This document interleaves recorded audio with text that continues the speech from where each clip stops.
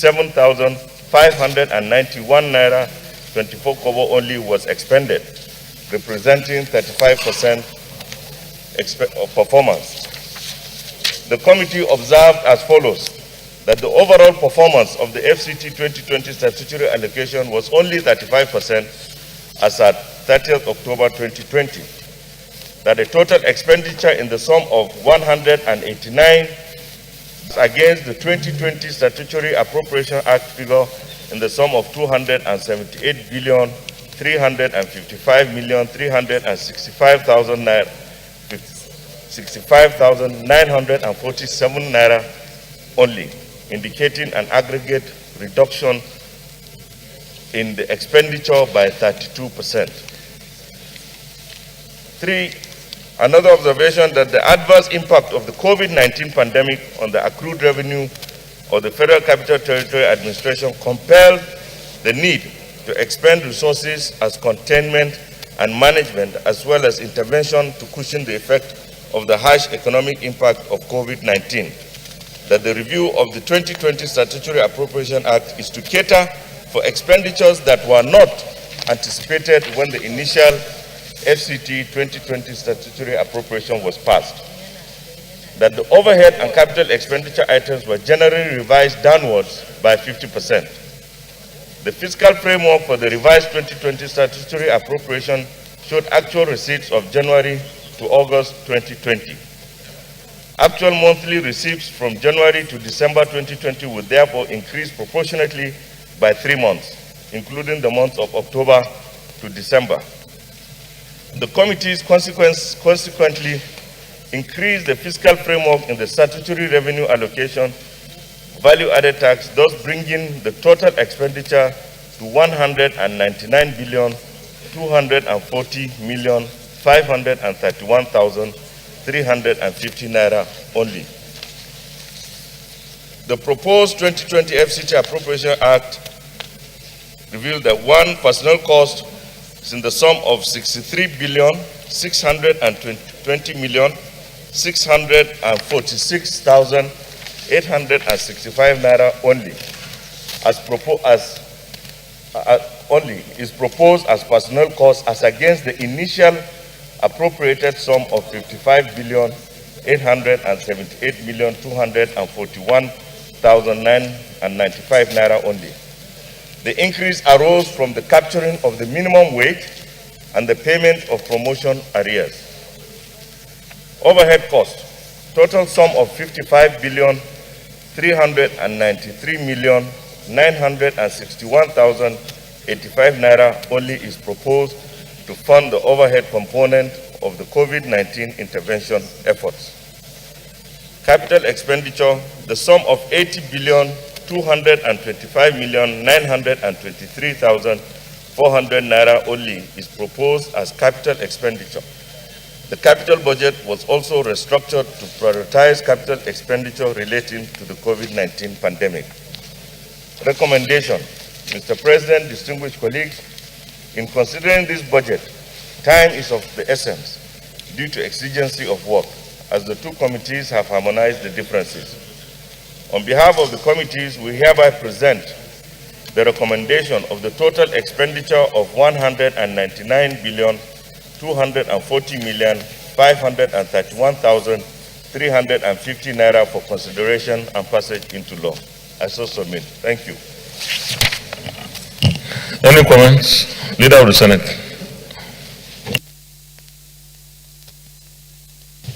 My highly respected and distinguished colleagues, I rise to move a motion for this distinguished chamber to resolve in the committee of the whole to consider this report. I so move.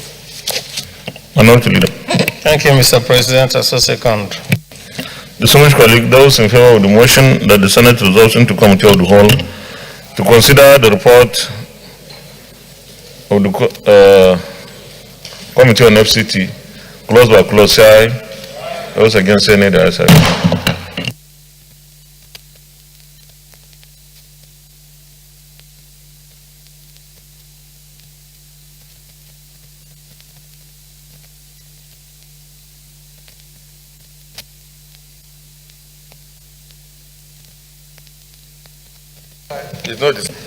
You put the question again, the motion again.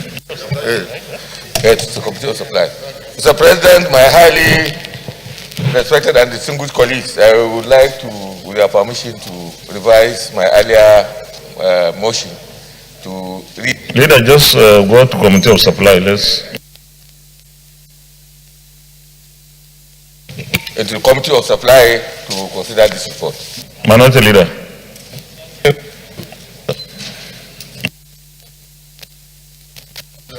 Thank you, Mr. President. I so second. Distinguished colleagues, those in favor of the motion that the Senate is resolution to Committee of Supply to consider the report clause by clause, say aye. Those against, say nay. The ayes have it.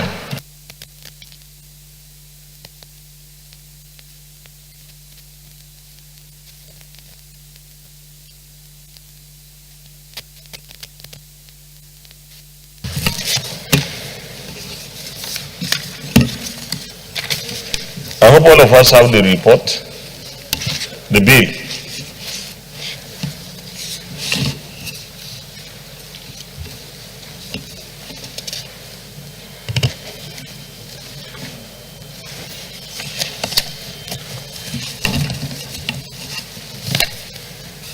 We'll start from page 3,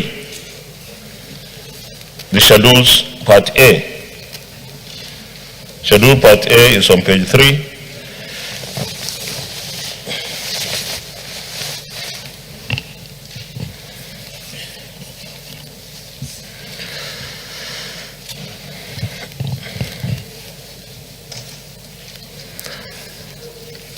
I'll read all the subheads and then we summarize the personnel and overhead costs. That will make the total recurrent. So those in favor that schedule part A, recurrent and non-debt expenditure of Federal Capital Territory Administration, Protocol Department, Security Services Department, Treasury, Department of Economic Planning, FCT Establishment and Training Department, FCT Audit Department, Department of Monitoring and Inspection, Land Administration Department, FCT Procurement Department, FCT Directorate of Muslim Pilgrims Affairs, FCT Directorate of Christian Pilgrims Affairs, FCT Pension Department, FCT Archives of the Historical Bureau, FCT Urban and Regional Planning Tribunal, Department of Outdoor Advertisement and Signages, Department of Information and Communication, FCDA Administration, Finance and Administration, Engineering Services, Public Building, Resettlement and Compensation Department, Urban and Regional Planning, Survey and Mapping, Mass Housing Department, FCDA Procurement Department, FCDA Internal Audit, Public Relations, Engineering Design, FCT Legal Secretariat, Area Council Secretariat, ACSS Inspectorate Planning and Monitoring, ACSS Chieftaincy and Community Development, ACSS Primary Health Care Department, ACSS Planning, Research and Statistics, Area Council Service Commission, FCT Area Council Staff Pension Board, Office of the Auditor General for FCT Area Councils, Transport Secretariat, Road Traffic Services, Bus Rapid Transit and Transport Regulations, Department of Public Transportation, Department of Transportation, Education Secretariat, Agency for Mass Education, FCT Education Resource Center, FCT Universal Basic Education, FCT Secondary School Board, FCT Secondary Education Board, FCT College Education Zuba, FCT Agency for Science and Technology, FCT Scholarship Board, Department of Quality Assurance, Department of Higher Education, Department of Policy, Planning, Research and Statistics, Health and Human Services Secretariat, School of Nursing and Midwifery, Public Health Department, Health Planning, Research and Statistics Department, Department of Pharmacy, FCT Medical Diagnostics Department, Health Management Board, Primary Health Care Development Board, Agriculture and Rural Development Secretariat, FCT Agri Development Project, Department of Agri Services, Department of Agriculture Planning, Research and Statistics, Department of Veterinary Services, Department of Animal Production, Department of Forestry and Rural Development, Social Development Secretariat, Welfare Department, Sports Department, Tourism Department, Gender Development Department, Arts and Culture, Youth Department, Abuja Metropolitan Management Council, Parks and Recreation, Facilities Maintenance and Management, FCT Urban Affairs, Development Control Department, FCT Water Board, Abuja Environmental Protection Board, Abuja Geographic Information Systems, Satellite Towns Development Department, Abuja Infrastructure Investment Center, FCT Emergency Agency, Department of Fire Service. Those in favor that the total personnel of 63,620,646,865 naira stands part of the schedule, say aye. Those against say nay. The ayes have it. The total overhead of 55,303,961,085 naira. Those in favor that this stands part of the schedule, say aye. Those against say nay. The total recurrent of 119,014,607,950 naira. Those in favor that this stands part of the schedule, say aye. Those against say nay. The ayes have it. Schedule. Order.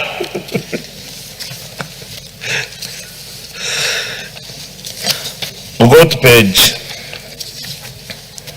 11. Page 11 is schedule part B. That is capital expenditure.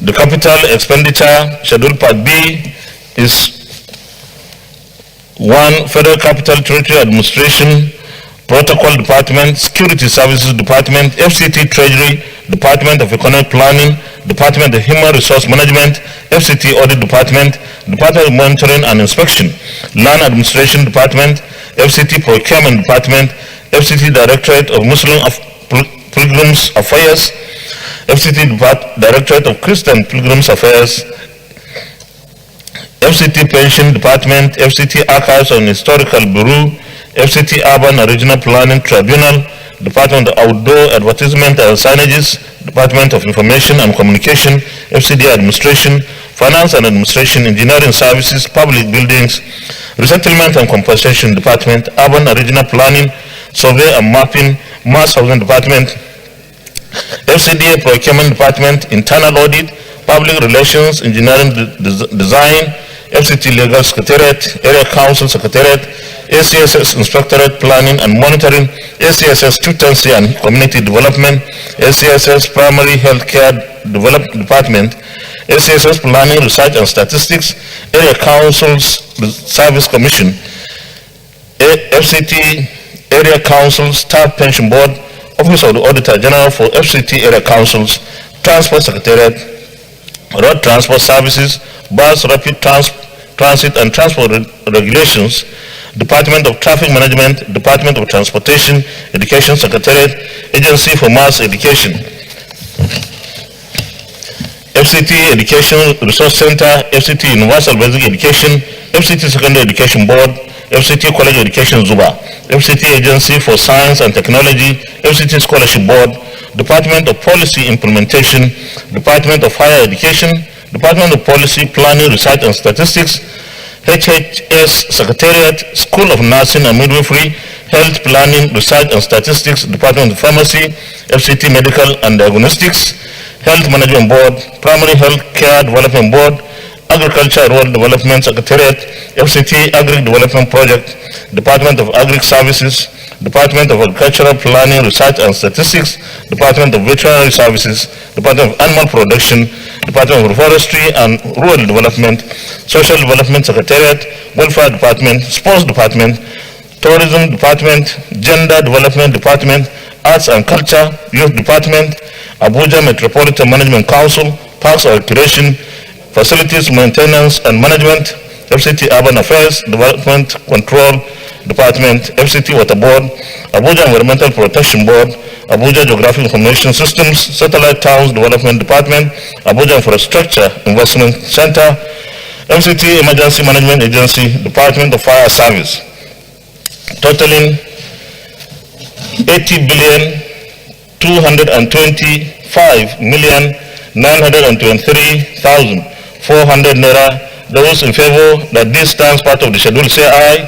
Those against say nay. The ayes have it. A grand total of recurrent and capital is 199,240,531,315 naira. Those in favor that this stands part of the schedule say aye. Those against say nay. The ayes have it. We'll go to the clauses.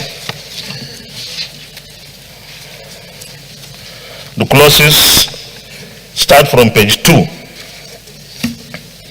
I will not read all the clauses. I will just call clause 1, clause 2, clause 3. Those in favor, clauses start from page 2. Those in favor that clause 1 stands part of the bill say aye. Those against say nay. The ayes have it.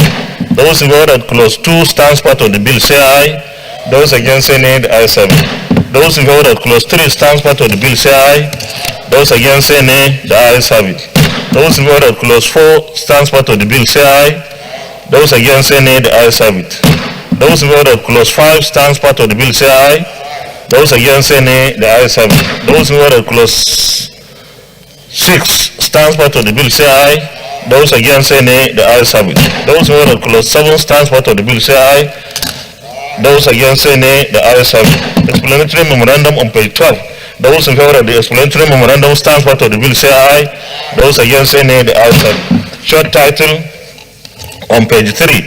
Those in favor of the short title stands part of the bill say aye. Those against say nay. The ayes have it. Long title, which is on page 2. Those in favor of the long title stands part of the bill say aye. Those against say nay. The ayes have it. Leader of the Senate. Mr. President, my highly respected and distinguished colleagues, I rise to move for chair to resume plenary and report progress. Thank you, Mr. President. I so second. Distinguished colleagues, those in favor that the chair reports progress say aye. Those against say nay. The ayes have it.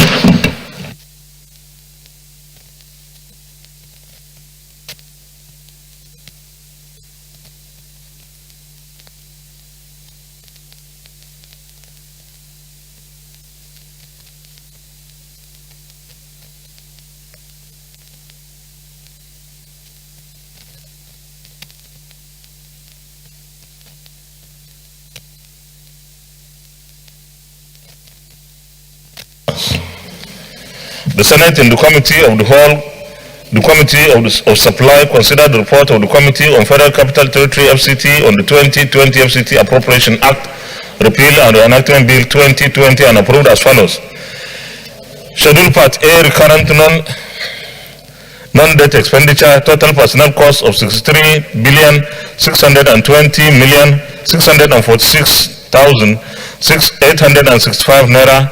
Total overhead cost 55,393,961,085 naira. A total recurrent of 119,014,607,950 naira. Part B, capital expenditure, total capital 80,225,923,400 naira. Grand total recurrent and capital 199,240,531,350 naira. Clauses 1 to 6 as recommended. Explanatory memorandum as recommended. Short title as recommended. Long title as recommended. Is this a true reflection of what transpired in the Committee of the Whole?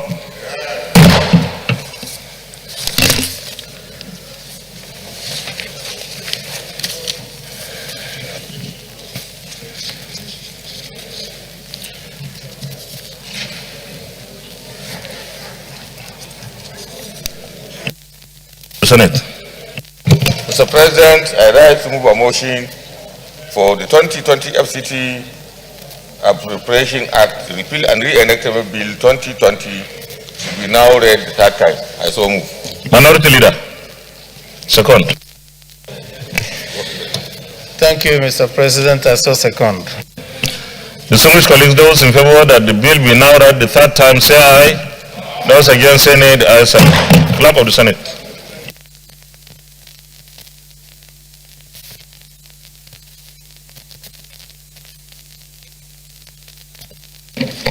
Mr. President, distinguished senators, a bill for an act to authorize the issue from the Federal Capital Territory Administration Statutory Revenue Fund or the Federal Capital Territory Administration account, the total sum of 189,512,094,100 naira only, of which the sum of 71,898,469,314 naira only is for the personnel cost, and the sum of 55,691,788 naira only is for overhead cost, while the balance of 61,922,304,998 naira only is for the capital project for the service of the Federal Capital Territory Abuja for the financial year commencing from 1st January and ending on 31st December 2020. SB 539, third reading. A bill for an act to authorize the issue from the Federal Capital Territory Administration Statutory Revenue Fund of the Federal Capital Territory Administration account, the total sum of 189,512,094,100 naira. It's supposed to be 199. You see, I was reading 189.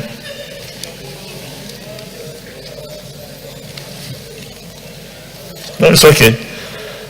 I will take that again, please. A bill for an act to authorize the issue from the Federal Capital Territory Administration Statutory Revenue Fund or the Federal Capital Territory Administration account, the total sum of 199,512,094,100 naira only, of which the sum of 71,898,469,314 naira only is for personnel costs, and the sum of 55,691,319,788 naira only is for overhead costs, while the balance of 61,922,304,998 naira only is for capital projects for the service of the Federal Capital Territory Abuja for the financial year commencing from 1st January and ending on 31st December 2020. Third reading taken, and the bill is passed. Congratulations.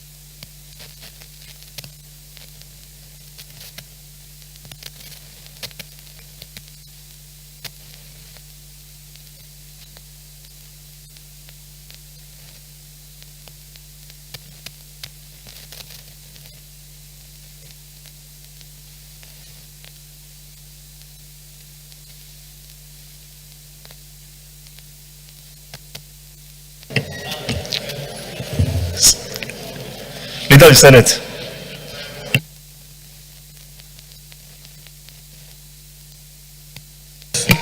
Mr. President, my highly respected and distinguished colleagues, the fourth order of the day is the consideration of the report of the Committee on Police Affairs on the Police Academy Establishment, etc. Bill 2020. Mr. President, distinguished colleagues, will recall that the report of the committee was laid on Tuesday, 9th June 2020. Mr. President, we may wish to invite distinguished Senator Dauda Jika, Chairman of the committee, to move the motion for the presentation and consideration of the report. Senator Jika. Thank you, Mr. President. Distinguished Senators, Ali Dauda Jika, representing Bauchi Central Senatorial Zone. Mr. President, distinguished Senators, I rise humbly to request that the Senate do receive and consider a report on the Committee of Police Affairs on the Nigerian Police Academy Establishment Bill 2020. I so move. Any seconder?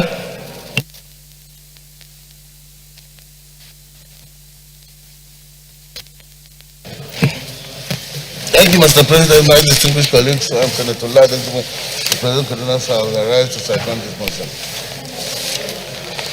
Yes, sir.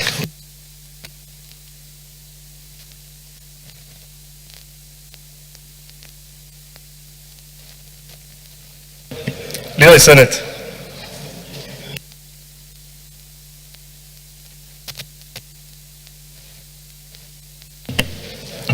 Those in favor of the motion say aye. And those against say nay. The ayes have it.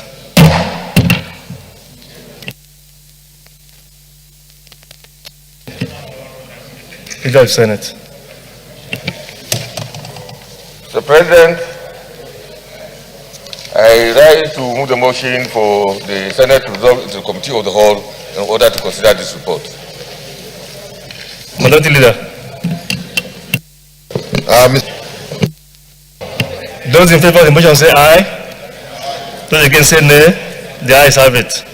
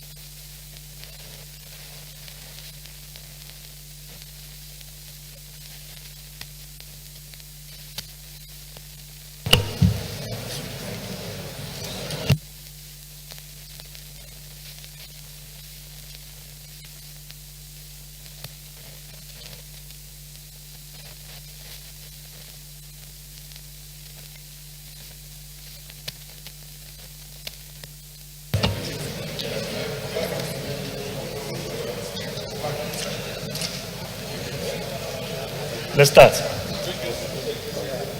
Clauses 1, 2, 3, 4, 5. Those in favor of clause 1 through 5 say aye. Those against say nay. The ayes have it. Clause 6.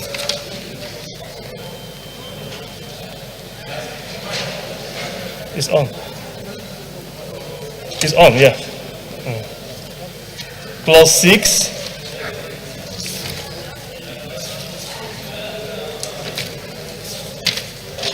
Seven, 8,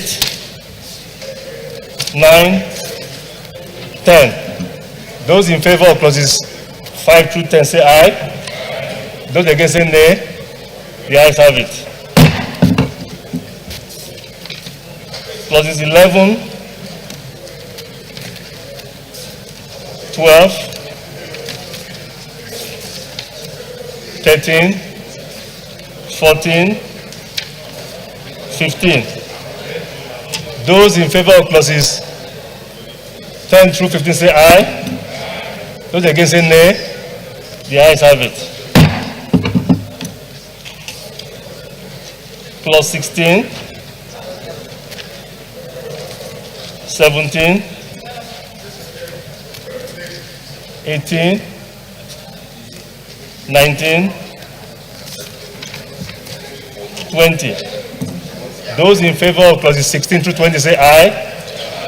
Those against say nay. The ayes have it.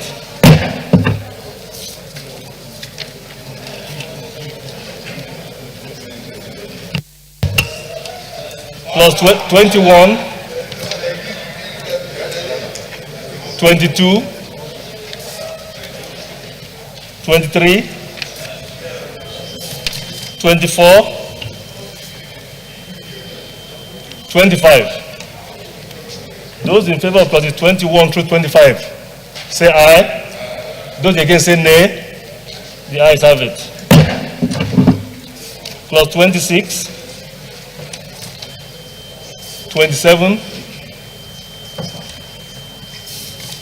28,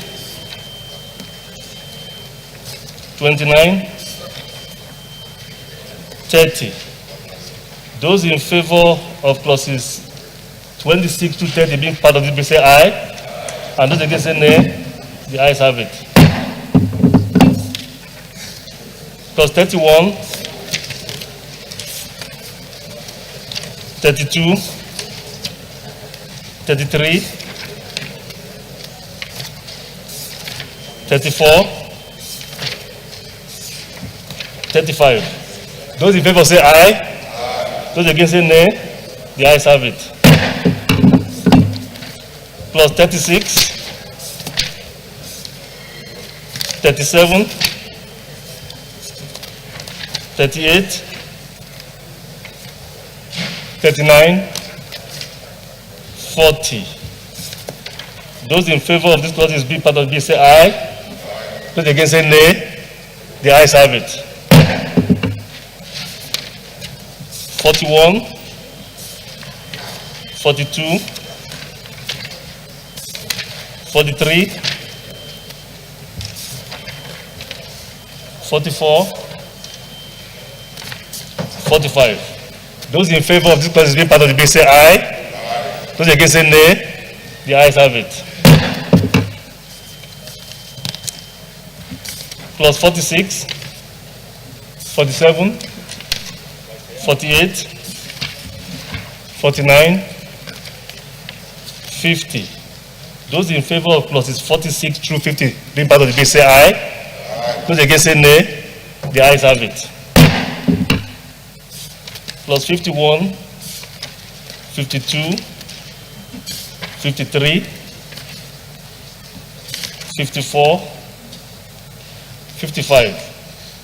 Those in favor of clauses 51 through 55 being part of the bill say aye. Those against say nay.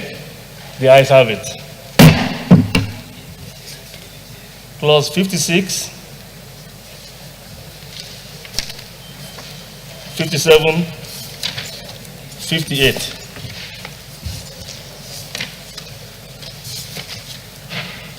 Those in favor of clauses 56 through 58 being part of the bill say aye. Those against say nay. The ayes have it.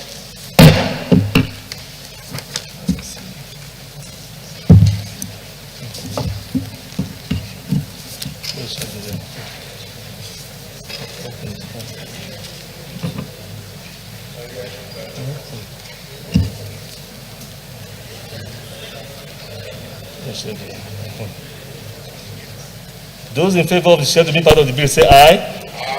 And those against say nay. The ayes have it. Explanatory memorandum. It's on page 73. Those in favor of the explanatory memorandum being part of the bill say aye. And those against say nay. The ayes have it. Short title of the bill. It's on clause 58, page 68. Page 68. Those in favor of short title being part of the bill say aye. It's on. Somebody on. Okay. Those in favor of the short time part of the bill say aye. Those against say nay. The ayes have it. Long title of the bill is on page 1. Those in favor of the long title of the bill part of the bill say aye. And those against say nay. The ayes have it. Leader of the Senate.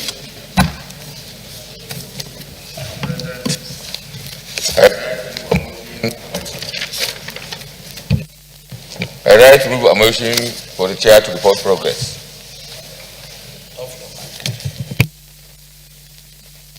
Mr. President, distinguished colleagues, I rise to second the motion that we revert to plenary to report progress. I so second. Those in favor of the motion say aye. Those against say nay. The ayes have it.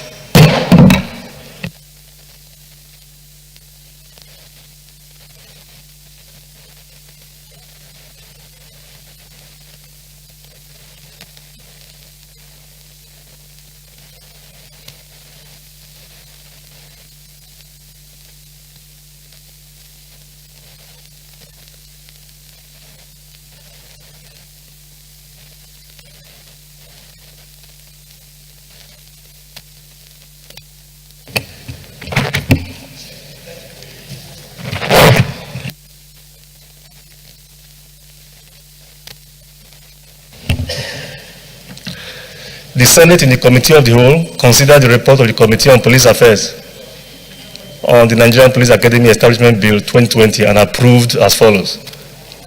Clauses 1 through 57 as recommended. Schedule 1 as recommended. Explanatory memorandum as recommended. Short title of the bill as recommended. Long title of the bill as recommended. Is this a true reflection of what transpired in the Committee of the Whole?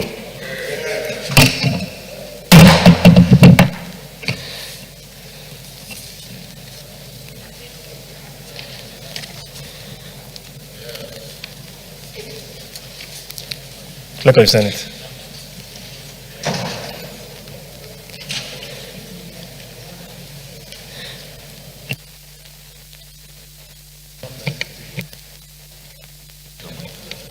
Leader of the Senate.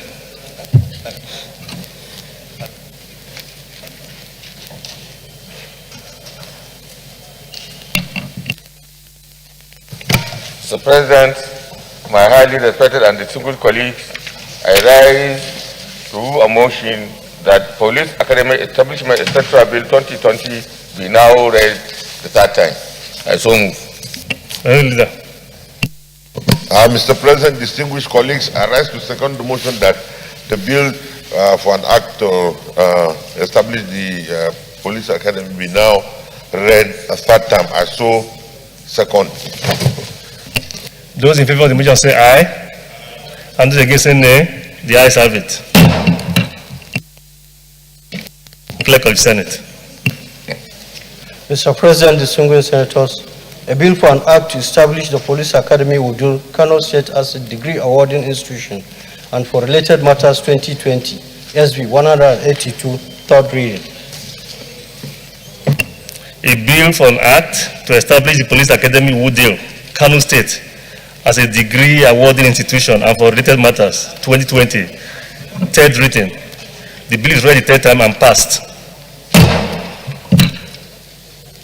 Leader of the Senate.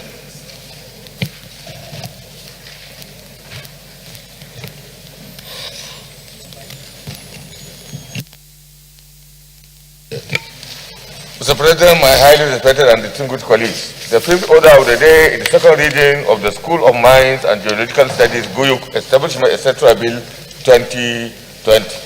Distinguished senators will recall that the bill was read the first time in this chamber on Tuesday, 4th February 2020.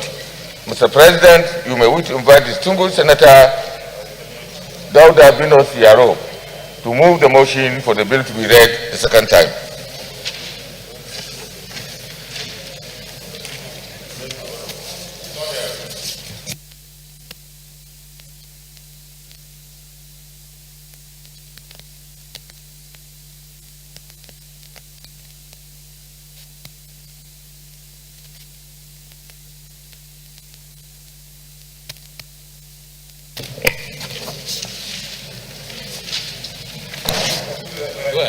Mr. President,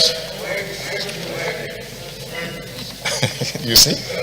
Oh, they say you should wait.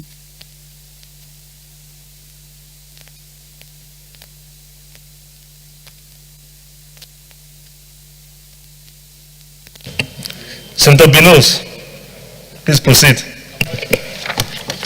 Thank you, Mr. President, most distinguished colleagues. It is my pleasure to lead the debate on the bill for an act for the establishment of the School of Mines and Geological Studies, Guyuk, Adamawa State, Establishment Bill 2020. I am Senator Binus Yaro, representing Adamawa South.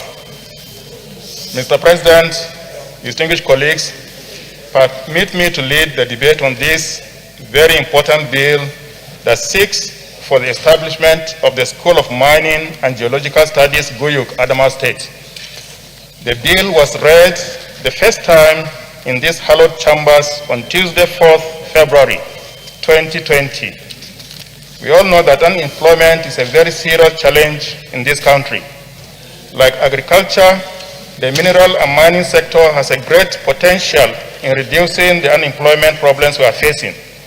But the sector itself is facing shortages of skilled, middle, and junior manpower. The establishment of the School of Mining and Geological Studies, Guyuk, will go a long way in providing the needed skilled manpower for the industry. Mr. President, my most distinguished colleagues, several reform programs were introduced to improve the contribution of the mineral and mining sector to the development of the Nigerian economy for the benefit of its people. They include the passage of a new Nigerian Minerals and Mining Act 2007, a Nigerian Minerals and Metal Policy 2008, the creation of a modern mining cadastral system, and the expansion in airborne mapping of the country to increase knowledge of mineral endowment, among many others. Despite these efforts, the mineral and mining sector is facing serious manpower challenges at all levels. The challenges is more serious in the northern states, where there is only one institution that specializes in minerals and mining studies. In Jos, the Plateau State capital, Guyuk is endowed with large deposits of limestone, gypsum, and coal, among other minerals, and it is centrally located in the northeast geopolitical zone, which makes it ideal for the location of the school. The following are some of the objectives of the school. A, to provide courses for the training of middle and junior level manpower for the mineral and mining sector. B, provide the required technical and managerial skill and capabilities locally to ensure a steady supply of talent required by the sector in the future. C, to conduct research in ways of applying and improving available mining technologies. D, work with stakeholders in the mining industry for the training of their personnel. E, sensitize local communities on how they can best benefit from the mineral resources in their areas. F, conduct geological surveys to identify available minerals. G, develop and encourage the use of sustainable mining practices. H, undertake any other activities that will promote learning and research in the field of mining and geological studies. And I, provide training and extension services to artisanal and small-scale miners to improve their productivity in a safe and sustainable environment. Mr. President, distinguished colleagues, this bill is well organized for its very own purpose of a modern academic and research institution. The objectives of the school, as articulated above, are supportive of its mission and broad vision of a modern institution that will develop world-class personnel that can sustainably manage our nation's mining sector by providing the needed expertise at the highest level. The school is therefore to further advance knowledge through research and nurture unique innovations, entrepreneurship, and wealth management in its core area of interest. Mr. President, most distinguished colleagues, the enactment of the bill will help in transforming the mining and geological fortunes in Nigeria by producing desired manpower and expertise that Nigeria is yearning for. Distinguished colleagues, the Federal Minister of Mines and Steel Development's roadmap for the growth and development of the Nigerian mining industry has set the following targets. A, increasing the sector's contribution to the nation's GDP from current 0.4% to at least 5% by the year 2023 and 10% by 2020. B, creating about 3 million direct and indirect jobs by 2023, achieving enhanced capacity to supply 50% of the skilled manpower required for all segments of the mineral and metal sector. C, facilitating the production of coal needed to fire coal-fired power plants that will contribute at least 30% of the nation's power generation by 2023. Mr. President, distinguished colleagues, these laudable targets cannot be achieved without the available and necessary skilled labor to work in the industry, hence the need to establish the schools of mines and geological studies, Guyuk. It is pertinent to add that there is a large mineral deposit in the Guyuk area, and the Boer Group has already taken steps to set up a cement factory in Guyuk. The school will thus contribute in the development of the mining sector in that area. I therefore urge you all, my distinguished colleagues, to support this bill aimed at establishing the Federal School of Mining and Geological Studies, Guyuk, and pass it into law, in line with Order 77, subsection 3 of the Senate Standing Rules. A compendium of the financial implications of the bill is attached. I thank you for your attention, and I so submit. Thank you, sir. Thank you. Senator Amakura, please.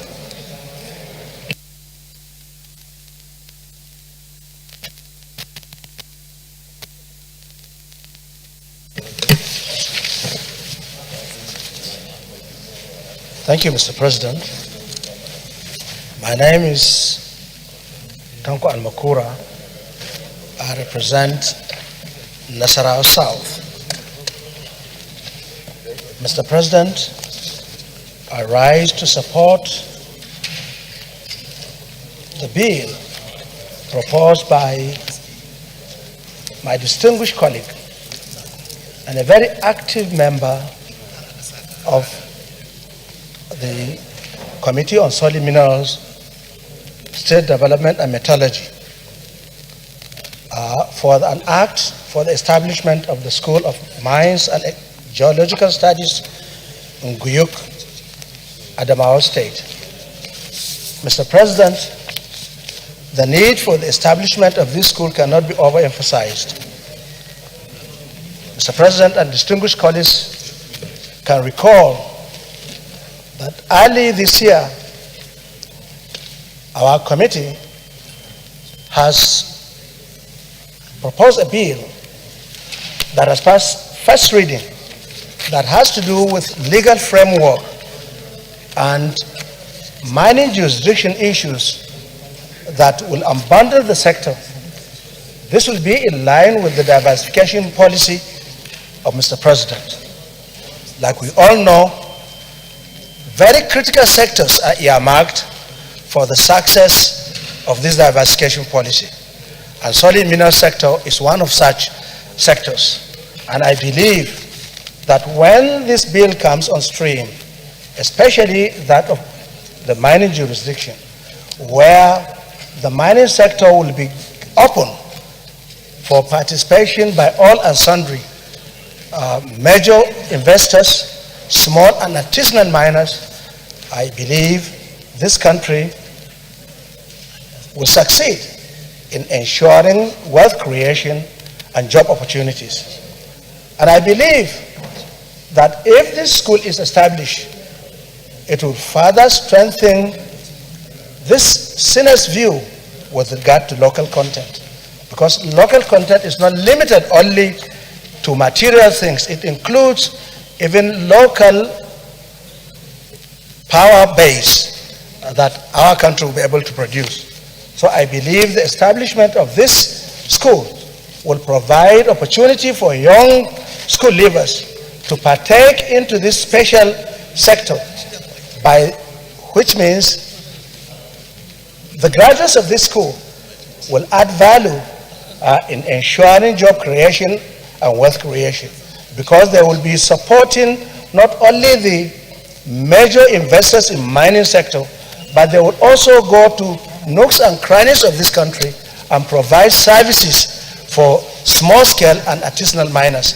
Because part of what the bill we have sent earlier into this chambers was proposing was to ensure that job opportunities is created for people, especially to promote artisanal and small-scale miners. Because at least today, those that promote the mining business in this country are the small and artisanal miners, which constitute more than 80% of the total mining activities. So I believe this school will be a thing that will support this diversification policy and create opportunities for teeming population of our youth who would partake into that special sector. Mr. President, I so support. Thank you. Thank you. Senator Tufu-Womu.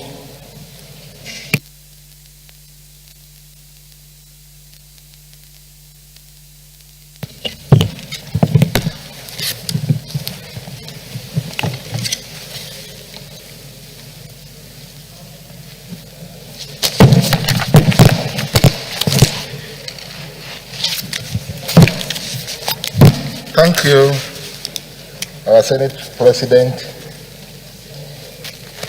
This bill, it's an overdue bill. Because when we talk of mining in Nigeria, we have not done enough. And setting up a school for mining and geological studies will change a lot of things. Because presently we are very poor when we talk of mineral experts. But setting up this school will change a lot of things. Because if you look at our universities, they have departments of mining, little by little. But if we have a school that can galvanize everybody together and implement what needs to be done in mining, it will even improve our economy. For instance, I'm from Ondo South, where we have bitumen, and we have the second largest deposit of bitumen in the whole world, and it's rotting away. Nothing is being done, and we import bitumen from other parts of the world. But if we have this school, it will develop skills, it will improve knowledge, and life will change. So on this note, I support this bill. Thank you. Senator Ibukunle Amosun, please. Thank you, Mr. President. Ibukunle Amosun, I represent Ogun Central. First, Mr. President, let me join my colleagues in congratulating and appreciating Senator Benos Yaro. Mr. President, without sounding repetitive, let me say that the establishment of this School of Mine and Geological Studies can only add value to us as a nation and as a people. Mr. President, every day we come here, first we talk about diversification of our economy. How can we diversify our economy? Everybody knows that as we speak today, Nigeria is more or less a monolithic economy. Our FX, our foreign exchange, is solely dependent on what we earn from petroleum, from crude, which is about maybe 90–95%. What stops us as a nation from changing the narrative and investing heavily in other sectors like mining, agriculture, that will help our people. And once that is done, we will begin to change the narrative that is everybody is complaining about. Today we have our youths roaming the streets. Even when they finish school, they don't have anything doing. Why is this so? It is because we are not, as a nation, investing in those areas that other nations in the world, that is what they depend solely on. Even some nations that have oil the way we do, they just, they know oil is there. They use it just to add to what they have. They have gone into, maybe look at Australia, look at even South Africa here. You will see that majorly all their economy is dependent on maybe mines like this. And not only that, it will help them giving them the much needed revenue. It will employ our people. It will employ our youth. Good as petroleum crude oil is, how many people does it give employment to? No. But if we are able to do this, because establishing a school of mines and geological study, we do a lot of things for us. As we speak today, look at Ogun State. I will just use Ogun State as a reference point. I know we can talk about there's no state in this Nigeria that doesn't have one form of mineral resources, solid mineral. There's no state. We are so blessed. Ogun State, I listened to Senator Tofomo when he was talking about bitumen. Ogun State today, just look at the quantum of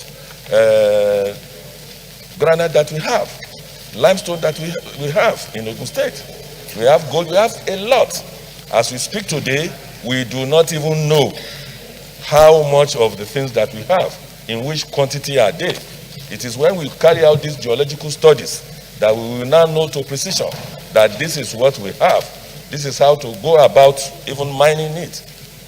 Things have developed. Technology has made things so easy that even just at the touch of a button, you can determine what is in a particular place. The extent of it, whether it's in commercial quantity, whether it's a quantity that you know that you don't waste your time and money on. Besides, look at safety.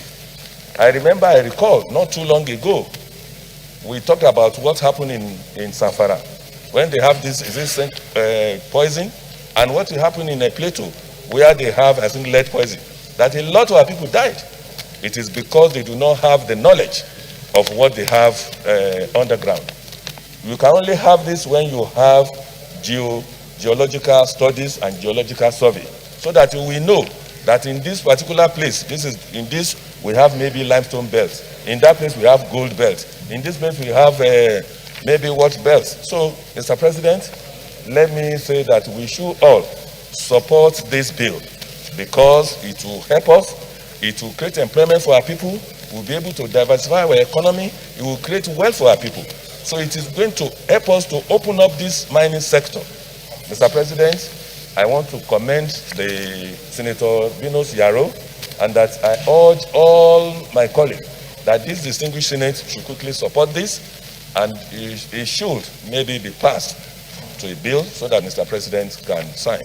Thank you, Mr. President. Thank you, Senator Bakia, and that will be the last contribution before we put it to vote. Thank you, Mr. President, distinguished colleagues. My name is Senator Engineer Kabir Barkia, representing Kaduna Central. So, Mr. President, let me first of all commend the presenter of this bill. Mr. President, establishment of School of Mines and Geological Studies is very, very important to this country. And I'm sure it will add value to mining the solid mineral resources we have in this country. The overdependence on oil, Mr. President, distinguished colleagues, of course, we have to really look at other means of getting our revenue. So therefore, this solid mineral resources and also the agriculture, as I mentioned here, they are the backbones that, of course, we can support the revenue of this country. Therefore, establishment of this school will definitely add value to this sector. And Mr. President, not only maybe in Adamawa State, for example, in the Northwest, almost there are many deposits of solid mineral resources, Zamfara, Kebbi, Katsina. So therefore, we can also establish similar schools in all these zones that, yes, we are expecting, of course, to get this solid mineral so that at least to support the revenue of this country. So, Mr. President, distinguished colleagues, In as much as, yes, I support this bill, I also calling for my colleagues to support this bill so that, yes, we can diversify in our economy. Thank you very much, Mr. President. Thank you very much. Let me join our colleagues in commending Senator Binus Yaro for bringing this bill. Frankly, it is a no-brainer, as already articulated by all of the speakers.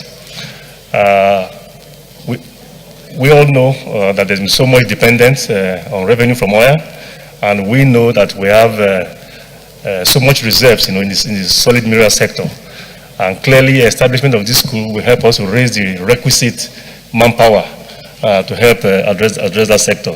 So having said that, I'll put the question. Those in favor that this bill be now read the second time say aye, and those again say nay. The ayes have it.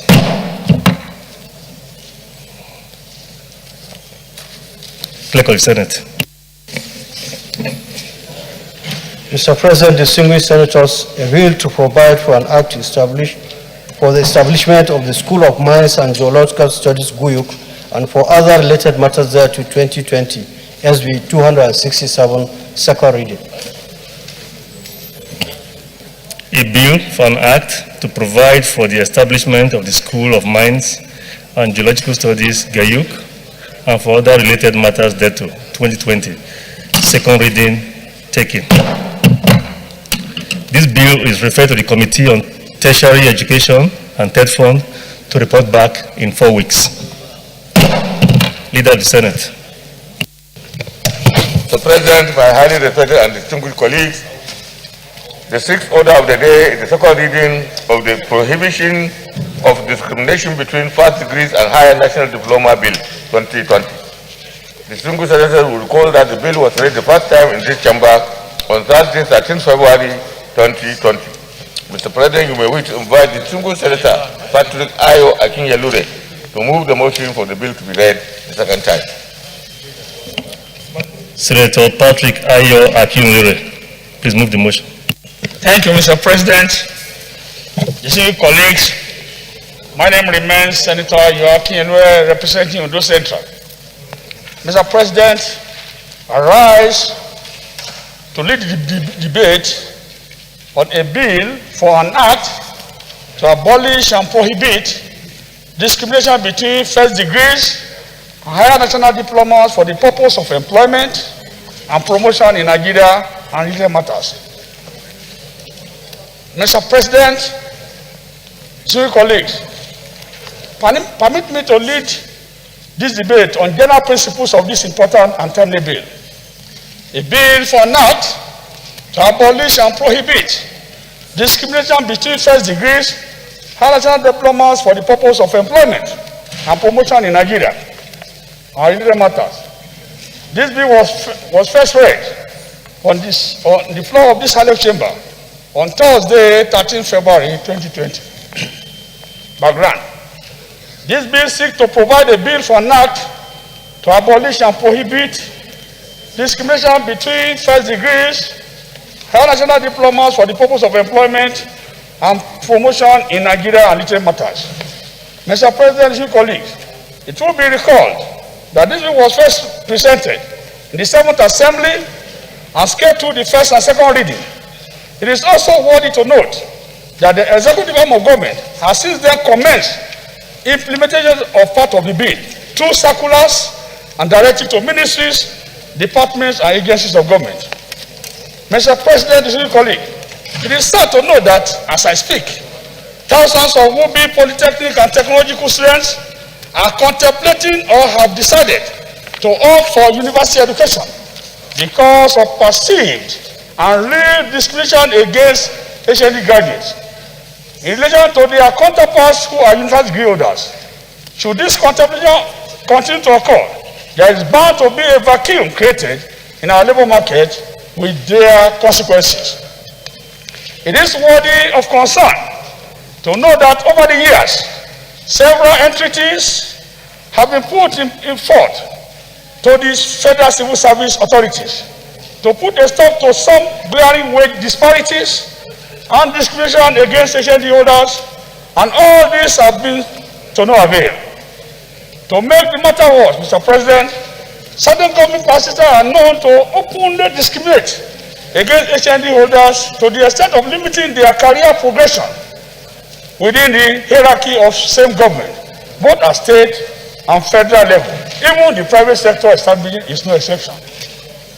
Mr. President, it is also worthy of note to inform all the civil colleagues of this annual chamber that the Civil Defense, Correctional Service, Fire and Immigration Service Board at its board meeting held on 24 and 25th September 2020 took far-reaching decision towards harmonization of ranks and salaries in the four services to provide qualitative service delivery and career progression. The board approved as follows. A. Withdrawal of ranking and career progression disparity between degree and HND holders. The board has withdrawn the ranking and career progression disparity between degree and HND holders. Consequently, all candidates recruited by the board with HND will be placed at Assistant Superintendent 2, Compass 08, and can rise to the highest position in their respective services without discriminatory ceiling or hindrance. Number B, harmonization of ranks. All inspectorate ranks, from senior inspector to chief inspector at 1, are abolished, and all officers on these ranks will be converted to appropriate superintendent ranks to maintain the level of seniority of officers and ensure discipline, individuals' level of conversion, and effective date which will be worked out by the board and the services and will be communicated in due course. All ranks in the services are henceforth aligned with that of the Nigerian police, and new ranking system and badges of rank will be introduced soon. C. Promotion to higher rank. Henceforth, promotion officers shall be based strictly on their individual productivity, successful attendance of mandatory courses, and exams and good annual assessment of their performance by their controller, and commander generals. D. New annual performance evaluation system. New annual performance evaluation system and reporting method have been improved and will be introduced soon. Henceforth, all officers on superior cadre and above must ensure that they fill the annual evaluation form every year and submit to their superior officers for necessary action and onward dispatch to the board through their controller, commander generals. The board shall not promote officers whose annual performance report for at least 3 years have not been received before the promotion exercise. Mr. President, distinguished colleagues, it is on this note that I urge all my distinguished colleagues to support the passage of this bill to be read the second time, so that the dispute between HND and BSc will be put to rest when this bill is passed by the Senate and is signed to law by the President of the Federal Republic of Nigeria. Mr. President, distinguished colleagues, to all intents and purposes, any private or public employment policy that places degree holders above HND holders without recourse to skill and ability of the HND holder, therefore does more harm than good to the national development plans. The consideration of this bill, therefore, Mr. President, by the next Senate is necessary by the need to further strengthen implementation of the government policies already in place to abolish and prohibit discrimination between first degrees and HND graduates in public and private sector establishment by providing enabling law to make enforcement possible across various sectors of the Nigerian economy. Fundamental objectives of the bill. The fundamental objective of the bill, HND BSc are as follows. 1. To discourage and abolish discrimination and hurdle being faced by HND holders in occupational and professional careers while in employment in public or private sectors of the Nigerian economy. 2. To strengthen and discourage the desperation of students seeking admission to universities, since HND and third degree graduates will be on the same entry level in the private and public sector establishment and no limitation to career progression of HND graduates any longer, thus creating a level playing ground for promotion or career development in both public and private sectors establishment in Nigeria. 3. To encourage candidates seeking admission to polytechnic and college of technology realize their potentials, reduce the pressure on university intake annually, and significantly improve the technical advancement of the nation in general. Number 4, to enable holders of HND and first degree to benefit equal treatment and opportunity in career placement, career progression, and admission for further career and professional development. Number 5, to provide opportunity to any employee who is discriminated against access to justice without any prejudice. Number 6, provide sufficient pool of trained and qualified to ministries, departments, and agencies of government all over the country. Number 7, bring quality change to all applicable employment policies in the private and public sector of the Nigerian economy in line with the acceptable international best practices. Structure and outcome of the bill. The bill consists of 5 clauses with 10 sections only.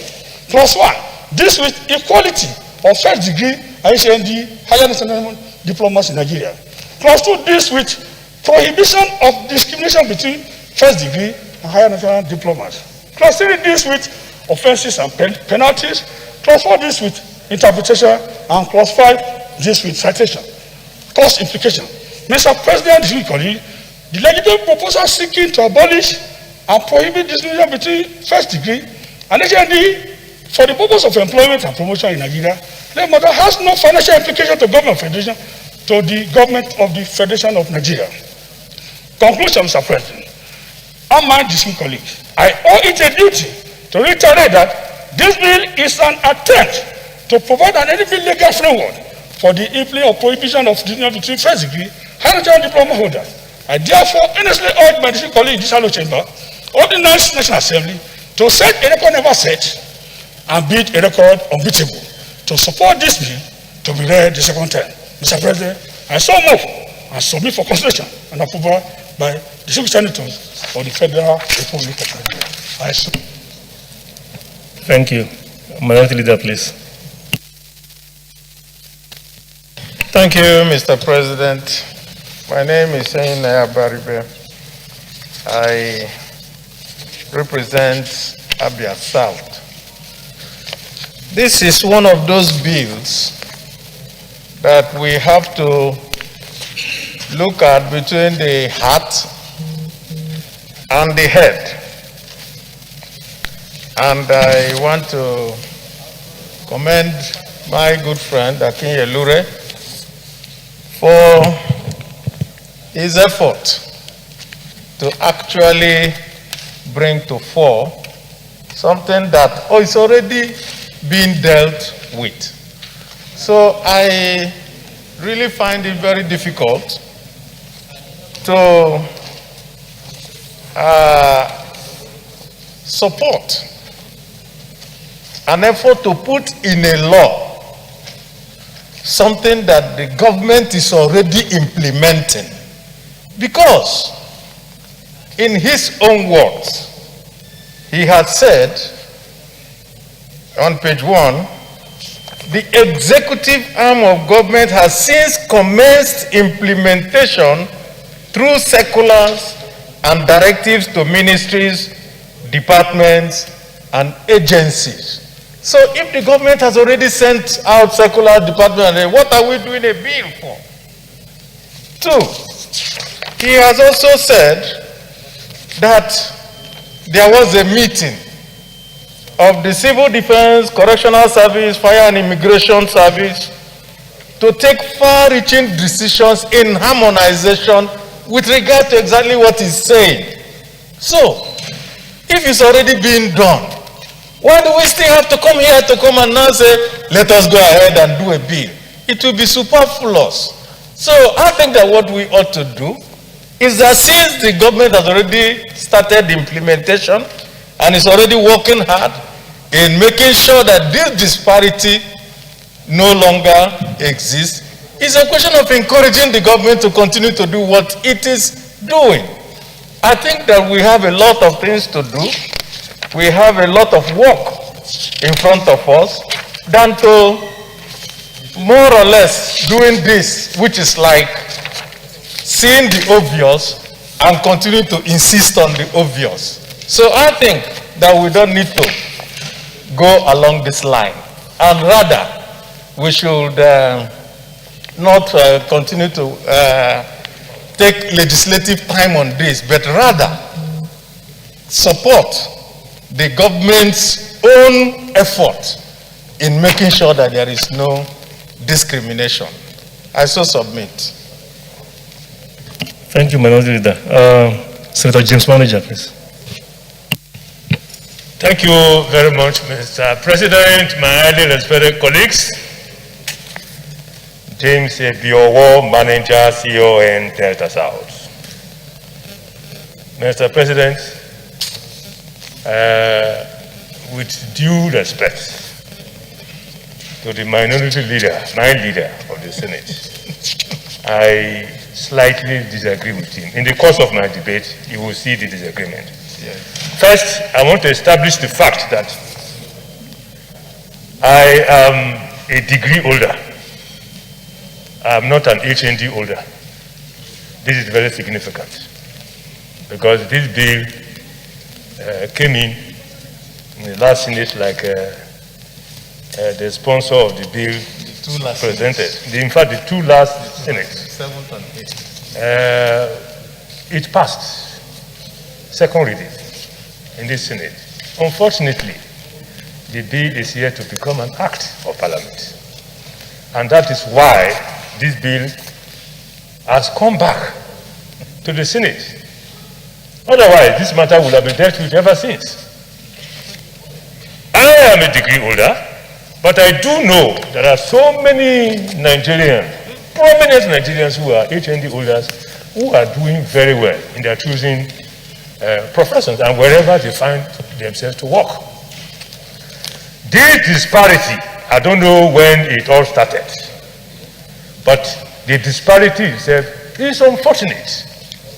Agreed, the minority leader said government has already started implementation of removing the disparity, and circulars have been sent to everybody, and seemingly all is now getting well. But this is Nigeria. In this country, universities have been established by executive fiat. And here in this Senate, several times, bills have been presented for a legal framework for universities to have that identity. This is one of such cases, in my humble view, and with due respect to my leader, distinguished Senator Abaribe from Abia State. Mr. President, what this bill is seeking for is a legal framework, because this is one country where the people take one action, one step forward, and two steps backward. The people who are insisting on this disparity, they know what they're doing. They know what they're doing. Very soon, they will ask questions. What is the legal framework?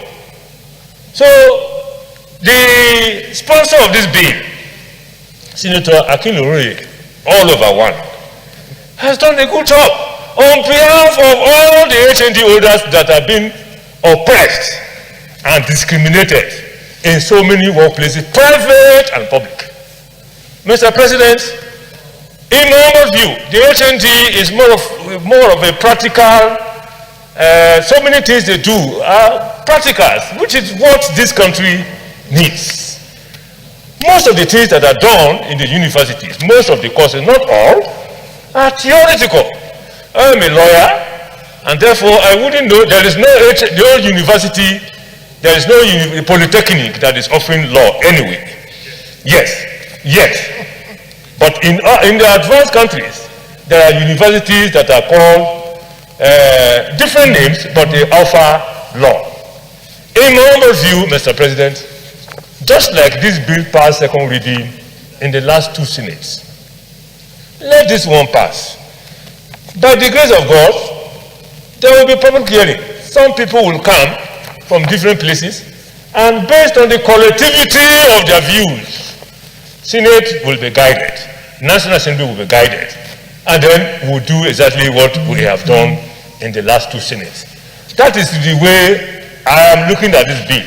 Once again, Mr. President, my respected colleagues, my dear minority leader, yes. God bless you. Thank you, Senator Manager. Senator Goodbill, please.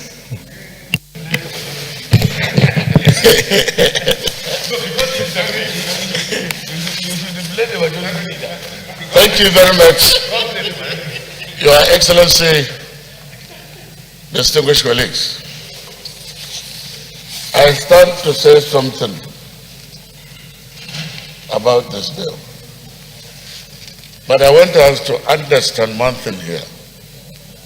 Fundamentally, the differences between HND and the BSc degree. For example, in engineering, where I belong, I have a first degree in engineering. The difference between HND and the BSc is that HND is practically oriented. And we have done that simply because that is a cadre we want. As a HND holder, you are an engineering technologist. With OND, you are an engineering technician. With a certificate, you are an artisan. And we want all these cadres in life. And that is why we have HND, we have polytechnics, and also the universities. While a man that has gone through the university is an engineer, a designer, a theorist, and somebody who can design and also at the same time implement. Now, if we say that the two of them should be the same, we are changing our cadre. We are changing everything we have in the process, because there is no way you can take this one and then ask him to stand for the other. But there is one thing that we can do here. I would agree with you here. We can say in terms of promotion, the promotion, that bar should be removed. But you cannot equate all of them. But the bar should be removed, so that the man cannot stay at level 14. He can also be at level 15 and move like an engineer, but of course, a technologist. Chief technical officer is different from chief engineer. You understand? But the promotion can continue like that. And if you want to change yourself to a cadre either from technician, or technologist to engineer, it is simple.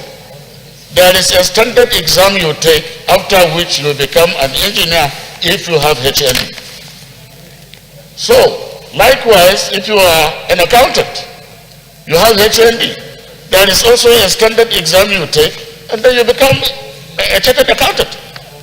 So I don't think there is any problem. There is no need to say that those differences should remain, should not remain. They must be there because each cadre has been really made. It's a policy that has been made, so that we can put those in our industries. So I think we have to understand that. We cannot sit down here and change everything and say, no, the educational curriculum we have should be matched to be the same. We cannot do that here. But I think it's good to understand that, yes, if it is the promotion barrier, I think we should remove that one so that we can move. This is what I think if it goes to the public hearing. Yeah, thank you very much. Thank you. Senator Akali, please. Thank you, Mr. President. My very distinguished colleagues, I am Saidu Alkali. I represent Gombe North. Mr. President, let me lend my support for this bill, and I want to say that the bill is apt and timely. Mr. President, what Senator James Manager was saying, what the bill seeks to achieve is to have a legal framework. Because as it is as the discretion of either the head of service or chief executive of the ministries, department and agencies. But by the time this bill is passed into law, there is a law to back up this discrimination.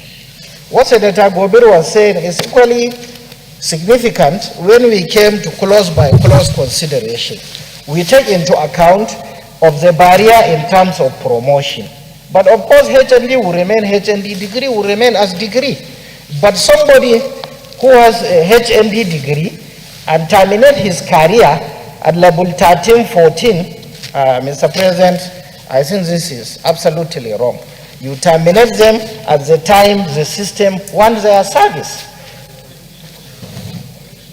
But when we came to clause by clause consideration, we are going to consider all these intrigues, especially in terms of promotion. That will give us an enabling environment to say degree will have social procedure and HND will have so procedure. But there must be a law. Because, for instance, if Abaribe is the head of service of the Federation, for instance, it is at his discretion to say whether there is dichotomy between HND and degree. Probably by tomorrow, another head of service will be appointed and reverse the decision. So I think what the bill seeks to achieve is to have a law that it is no longer discretionary. Thank you very much, Mr. President. Thank you very much. I want to commend everyone who is contributed to this debate. But most importantly, I want to thank the sponsor of the bill. Listening to everyone clearly, even those who appear not to be so disposed to the second reading, they're already making allusions to clause by clause, which in effect means that they will even let this go. Now, moving further than that, it's been brought to our attention that this bill actually cleared both the 7th and the 8th Senate. And because of the controversial nature of this bill, I think it would be best if we give opportunity to more people, more professionals like Senator Gubil at the public hearing. So with that, let me put this to a vote. Let me put the question. Those in favor that this bill will now be read the second time, say aye. Aye. And those against say nay. The ayes have it. Clerk of the Senate. Mr. President, distinguished senators, a bill for an act to abolish and prohibit discrimination between first degree and higher national diplomas for the purpose of employment and promotions in Nigeria and for related matters 2020, SB 297, second reading.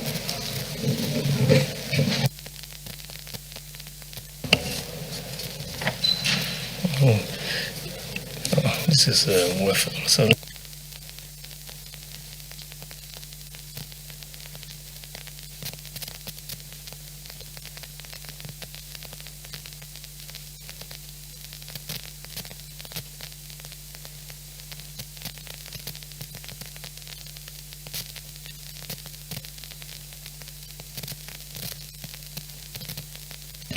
A bill for an act to abolish and prohibit discrimination between first degrees and higher national diplomas, HNDs, for the purpose of employment and promotions in Nigeria and for related matters, 2020, second reading taken.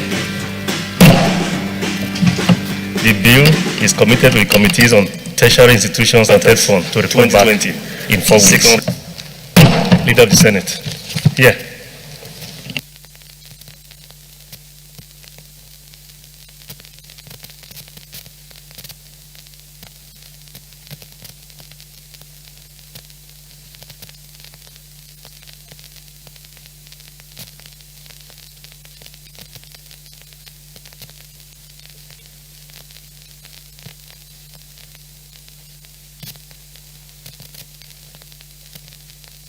Leader of the Senate.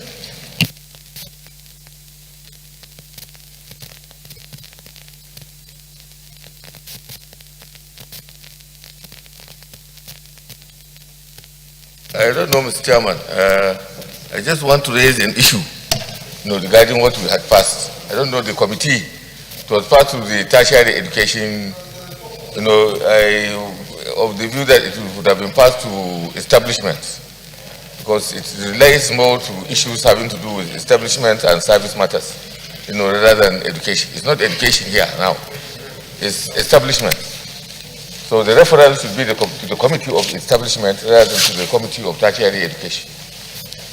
Well, that's my view and that's my opinion. Okay. Let it be joint. The Committee on Establishment will lead, but they will work with Tertiary and Third Fund Committee.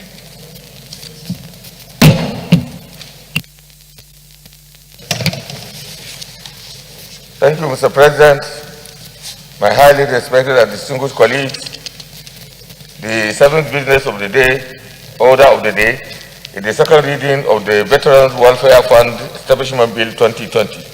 Distinguished senators will recall that the bill was read the first time in this chamber on Thursday, 5th March 2020. Mr. President, you may wish to invite distinguished Senator Patrick Abamoro to move the motion for the bill to be read the second time. Senator Patrick Abamoro, move the motion, please. Thank you, Mr. President. Distinguished colleagues, my name remains Senator Abba Moro. I represent the good people of the Benue South Senatorial District.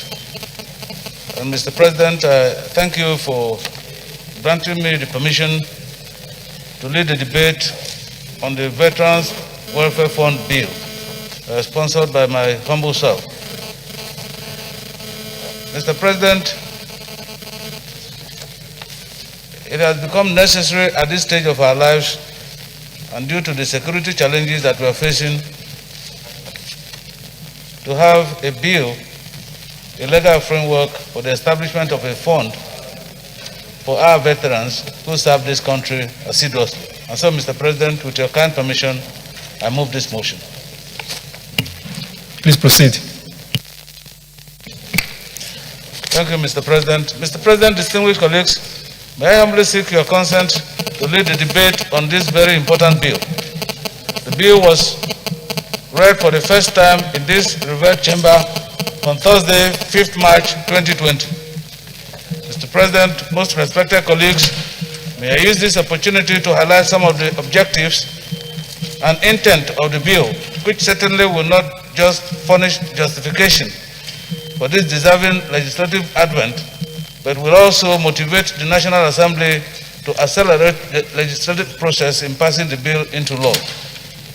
The bill seeks to establish the Veterans Welfare Fund so as to provide financial and other forms of assistance and benefits to serving and retired members of the Nigerian Armed Forces. Major benefits under this fund includes veterans compensation, veterans pension, rehabilitation, housing assistance, health and economic benefits. Mr. President, most respected colleagues, may I at this point define veteran for the purpose of this bill. A veteran is a long experienced and long practiced person in the service of the military, the Navy, Naval and Air Force, or who was discharged or released under conditions other than dishonorable.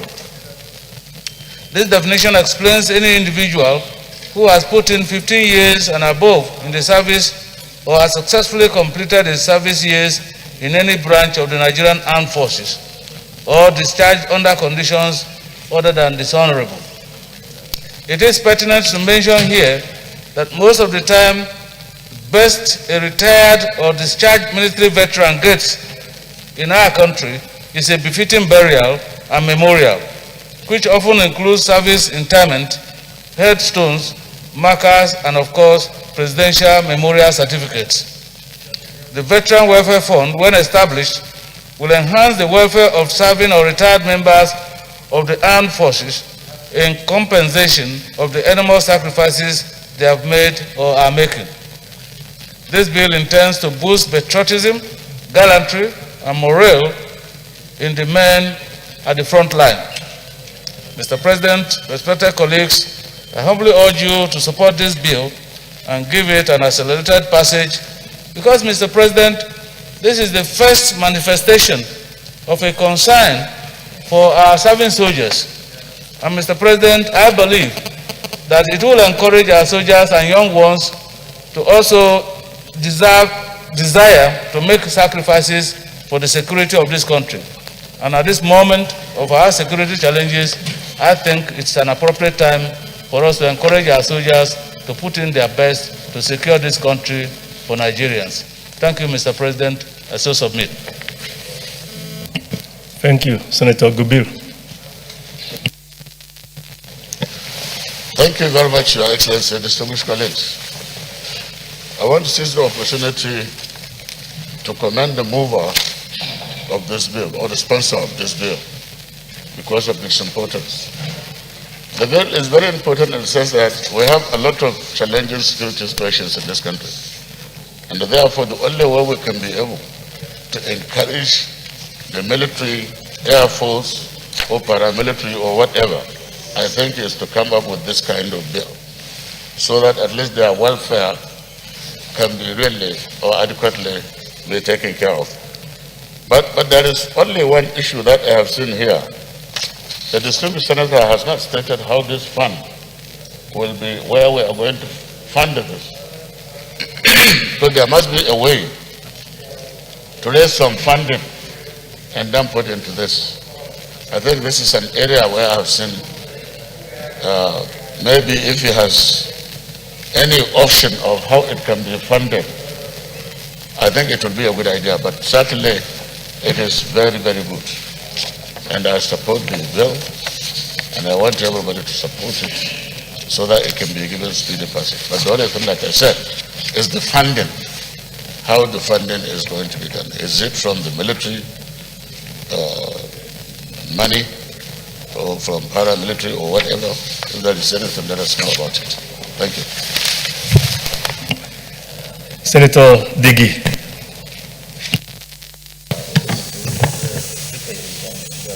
Mr. President, distinguished colleagues, my name is Senator Degi Eremiayo. I represent Bayelsa East Senatorial District.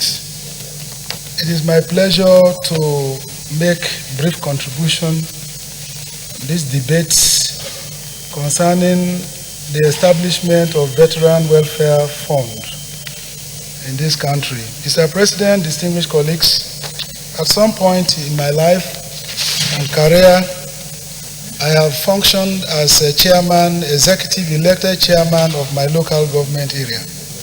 And I was privileged to have interactions with the retired members of the armed forces.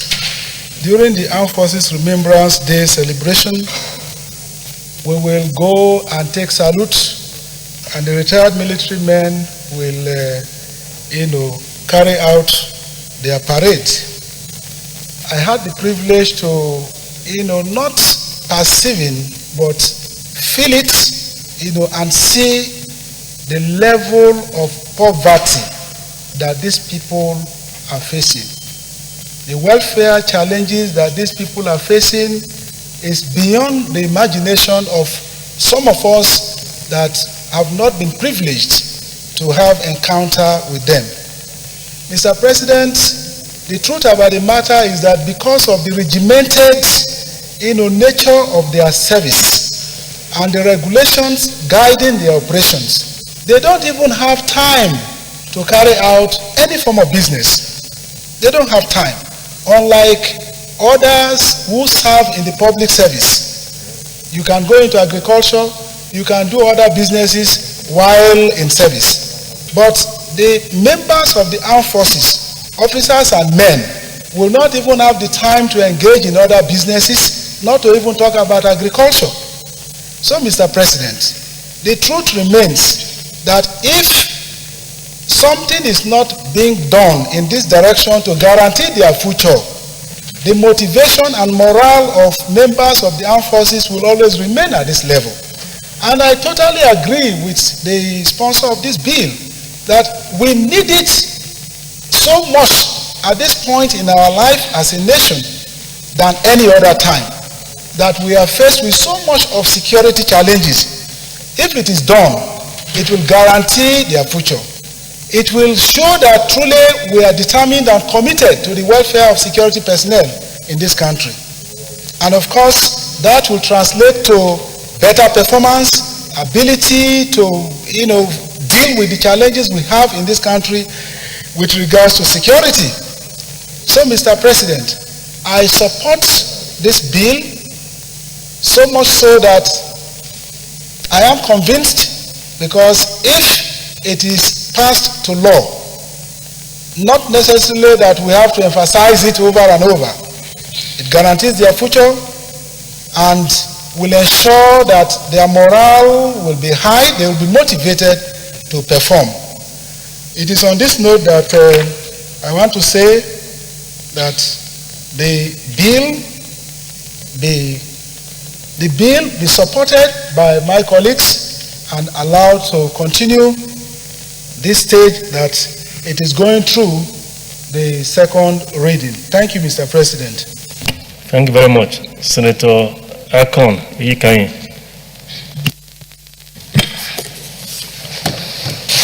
Thank you, Mr. President.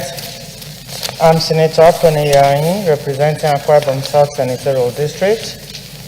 Mr. President, distinguished colleagues, I want to join my colleagues in commending my brother, Senator Abamoro, for leading this debate on the Veteran Welfare Fund bill.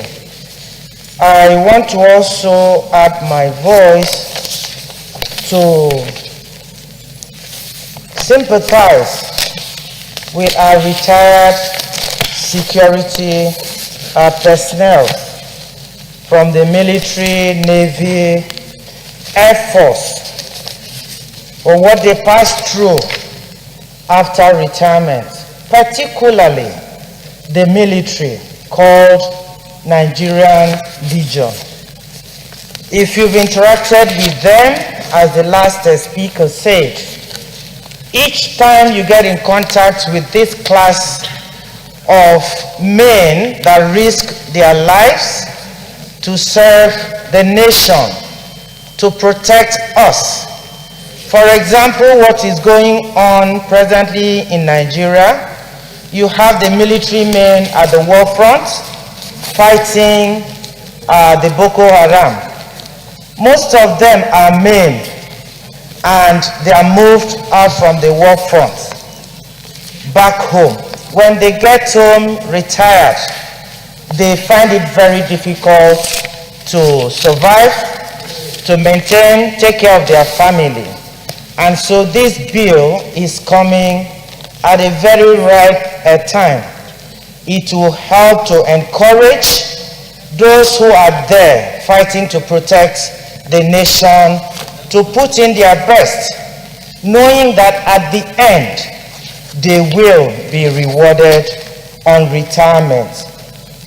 Apart from that, Mr. President, distinguished colleagues, I want to request that the definition of the word veteran should include the police officers too, because they also serve to defend the nation and defend the people, not just military, the naval officers and the Air Force. I want to suggest you add that. If this is done, if this bill goes through the second reading and at the end through the process to be passed into law, it will go a long way to help and protect our military officers. Therefore, I lend my voice to support the bill to go through second reading. Thank you.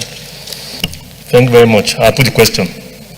Those in favor that this bill be now read the second time, say aye. Those against say nay. The ayes have it.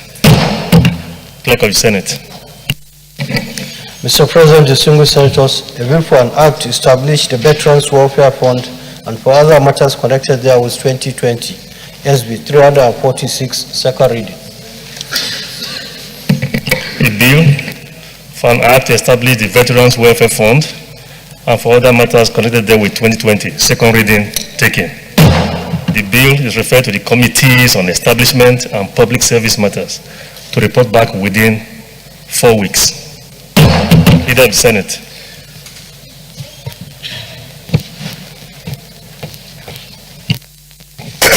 Mr. President, my highly respected colleagues, the eighth order of the day, the second reading of the Institute of Information and Communication Technology, UGA, Establishment, etc. Bill 2020. Distinguished colleagues will recall that the bill was read the first time in this chamber on 7th July 2020. Mr. President, we wish to invite distinguished Senator Patrick Ifeanyi Uba to move the motion for the bill to be read the second time. Senator Patrick Ifeanyi Uba, please move the motion.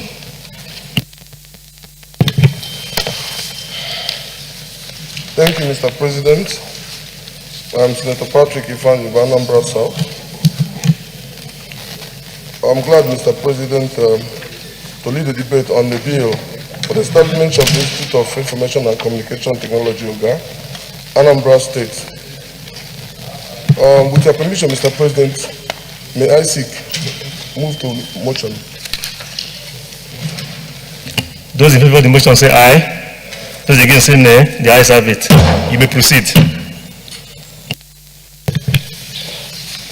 Thank you, Mr. President. Distinguished colleagues, it gives me joy and satisfaction to lead the debate on this bill for the establishment of the Institute of Information and Communication Technology, Oga, Anambra State. The bill was read for the first time in this Hallowed Chamber on Tuesday, 7th July 2020. The Institute, when established, will carry out scientific and applied research in the area of modern information technology application to optimize processes and decision support systems, and also to provide dynamic learning infrastructure with quality education through rigorous teaching and research methodology in information and technology, communication technology, ICT. The Institute will provide academic programs with quality curricula focused to forge professionals, experts and scholars in the field of information technology, communications, electronics, software engineering, and telemedicine.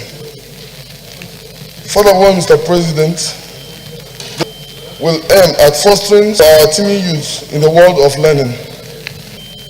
Mr. President, distinguished colleagues, this bill further seeks to provide platform for modeling, design and control of processes and systems, create single and multiple objective optimization models, group decision-making models, desktop and web-based software systems for information optimization and decision support.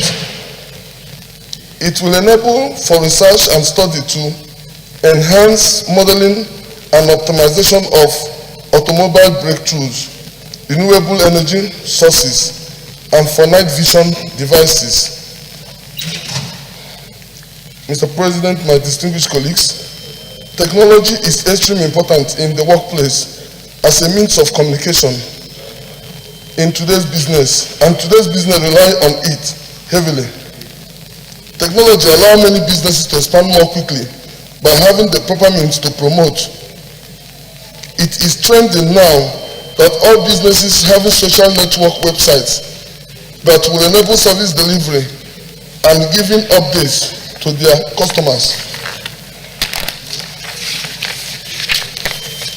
Mr. President, distinguished colleagues, it is in my view of the foregoing that this bill, which seeks for an act to establish an Institute of Information and Communication Technology to, among other things, one, to provide full-time and part-time courses in information and communication technology, engineering technology, applied science, management science, and other fields of study leading to the award of ordinary national diploma, higher degree, higher national diploma, and certificate in specialized programs, to provide facilities and encourage research in all its area of focus to aid the development of Nigeria in the area of industry, commerce, technology and engineering, etc.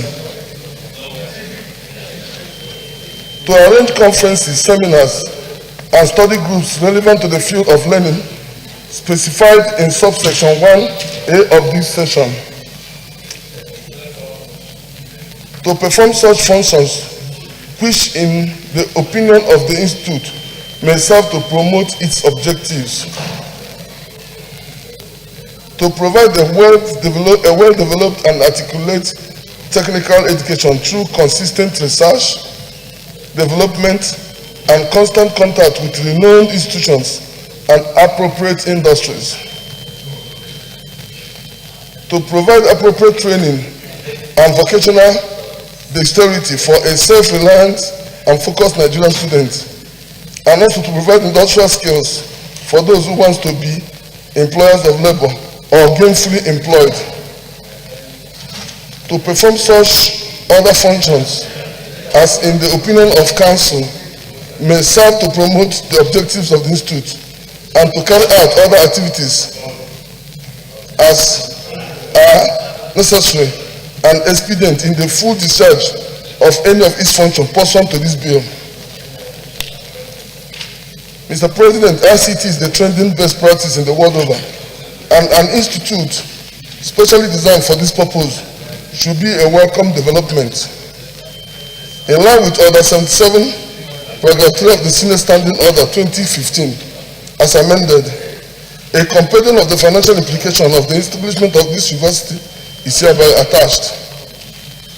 Mr. President, distinguished senators, I solicit your support for the second reading of this bill. I so move. Thank you, Mr. President.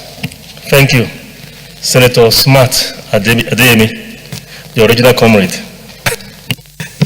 Mr. President, I must thank you for still acknowledging my struggle. Mr. President, I rise to support this bill, well articulated by my brother, distinguished Senator Ifeanyi. There's no doubt, Mr. President, that information technology is fundamental to everything we do globally now. Its importance cannot be overemphasized. Perhaps this is one of the greatest discoveries of the 21st century. It is key for acceleration of socio-economic activities. It is key to maintaining peace, stability, unity of nations of the world. There is no amount of money or time that is too much to be devoted, or resources to be devoted towards the development of information and communication technology. Because today we live in a world of technology. I hold the view, Mr. President, that this bill deserves the support of every one of us because of its importance. Added to it, Mr. President, is the fact that any projects that will help to create job opportunities, that will provide source of livelihood for the teeming graduates and younger generation should be encouraged. And I hold the view, Mr. President, that we have enough resources as a nation to set up this institution that this bill is seeking for our approval. Mr. President, I only want to say that there's no number of such institutions that we can say is too many for our nation. This is a nation of over 200 million people, and with over 170 universities, uncountable number of secondary education institutions. I think that if we develop and encourage the establishment of institutions like this, it will enhance job creation, enhance the performance of official assignments, and I think more importantly, the e-government can easily be guaranteed in our nation, which we call it help to a large extent, to minimize, if not eradicate, corruption in our midst, in our nation. Technology, even though it could be manipulated, the fact is that it's still the safest way or the most effective ways of minimizing and apprehending criminals and corruption in our nation. So whatever it will take to set up institutions like this, Mr. President, I think it is worth the challenge and the pains that maybe associated will take. And the good news is, when I look at the bill, what is being required is, I think this beyond the capacity of the government. Indeed, Mr. President, if there be possibility of having such institutions across the length and breadth of our nation, maybe in the 6 geopolitical zones, in order to accelerate and improve the knowledge of information technology, I think should be a welcome development. I so submit, Mr. President. Thank you. Thank you. I'll take just one more contribution and then put the question. Senator Binos Yaro. Thank you, Mr. President, distinguished colleagues. My name is Binos Yaro, representing Adamawa South. I rise to lend my voice to the debate on the bill for the establishment of the Institute of Information and Communication Technology, UGA, Anambra State, as moved by my very good friend and neighbor, Senator Ifeanyi Uba. Mr. President, education is the bedrock for the development of any nation. A short while ago, I led the debate for the establishment of Federal School of Mining and Geological Studies in Guyuk. In doing that, I articulated the reason why we need that. The country needs to go into other areas of the economy that can generate employment and provide resources for this country. We talked about mining, we talked about agriculture. The third sector is information technology. Today we are living in the age of information. It is important for us to develop specialized knowledge in this area. For this reason, I support this bill and urge all my colleagues to support it. Thank you. Thank you very much. I put the question. Those in favor that this bill be not read the second time, say aye. Those against say nay, the ayes have it. Clerk of the Senate. Mr. President, distinguished senators, a bill for an act to provide for the establishment of the Institute of Information and Communication Technology, UGA, Anambra State, and for other matters connected therewith 2020, SB 457, second reading.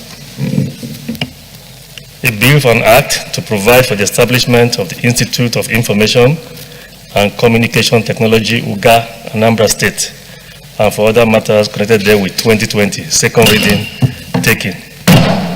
This bill is referred to the Committee on Tertiary Education and TED Fund to report back in 4 weeks. Leader of the Senate.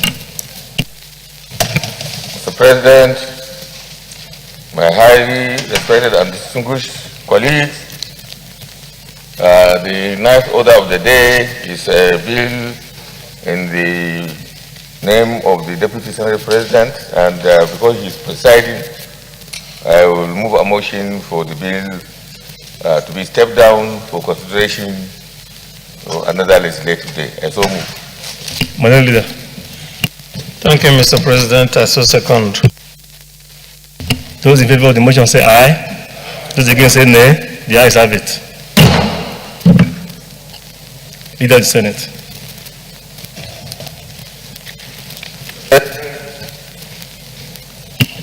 My highly respected and distinguished colleagues, the 10th order of the day is a motion standing in the name of distinguished Senator Oji Uzo Kalu on the urgent need to investigate the loss of $9 billion annually due to illegal mining and smuggling of gold in Nigeria. Mr. President, you may wish to invite distinguished Senator Oji Uzo Kalu to move the motion. Senator Oji Uzo Kalu, the Chief Whip. Please move the motion.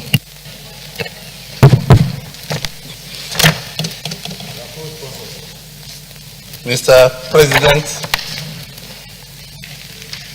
I'm leading my distinguished colleagues. My name is Oji Uzokala. I represent Abia North of Abia State, Senatorial District. Mr. President, my distinguished colleagues, it is with great honor and pleasure that I stand to lead the debate in this very important motion. Nigeria has an average of 21.37 tons of gold deposits from 2000 to 2018, and reaching to all-time high of 21.4 tons in first quarter of 2018.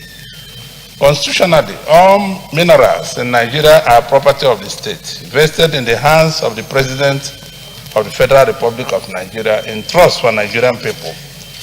Section 44, subsection 3 of Nigerian Minerals and Mining Law of 1999 provides that ownership and control of all minerals in Nigeria is invested in the hands of federal government, which is mandated to manage such natural resources in a manner as may be prescribed by the National Assembly. Distinguished colleagues, you will agree with me that illegal mining is one of the key challenges hindering the development of Nigerian mining industry. If we don't fix this hemorrhage of our economy, we will literally bleed to death. Mr. President, despite having these huge gold deposits, Nigeria is yet to benefit from natural resources due to lack of big investors and illegal mining activities in the solid mineral sector. Data from Ministry of Solid Minerals and Development shows that there are gold deposits in Federal Capital Territory, Abuja, Abia, Bauchi, Cross River, Edo, Niger, Sokoto, Kebbi, Oyo, Kogi, Zamfara, Osun, and Kaduna states.